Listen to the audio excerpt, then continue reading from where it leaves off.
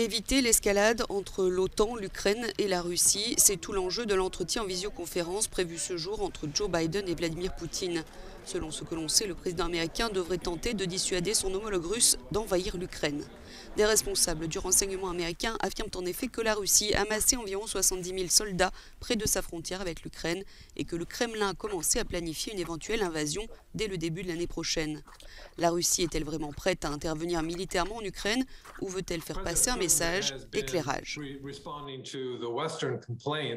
Le président Poutine a répondu aux plaintes occidentales concernant les mouvements de troupes russes près de l'Ukraine. Vladimir Poutine a dit « Eh bien, ce que je veux, c'est des garanties, une sorte d'assurance juridique que l'OTAN et ses pays membres, comme les États-Unis, ne vont pas continuer à se déplacer vers l'Est, vers les frontières russes, et à mettre leurs troupes en Ukraine ou ailleurs le long de la périphérie russe. »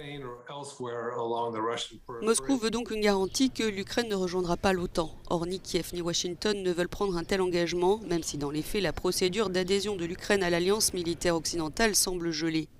Hier soir, Washington a en revanche déjà fait savoir que si Moscou devait passer à l'acte, les États-Unis répondraient présents. Les dirigeants de la France, de l'Allemagne, de l'Italie et du Royaume-Uni se sont aussi tous dit déterminés à ce que la souveraineté de l'Ukraine soit respectée. Pendant ce temps, le président ukrainien Volodymyr Zelensky s'est affiché aux côtés de son armée sur le front Est dans le Donbass, en proie à des combats depuis l'annexion de la Crimée par la Russie en 2014.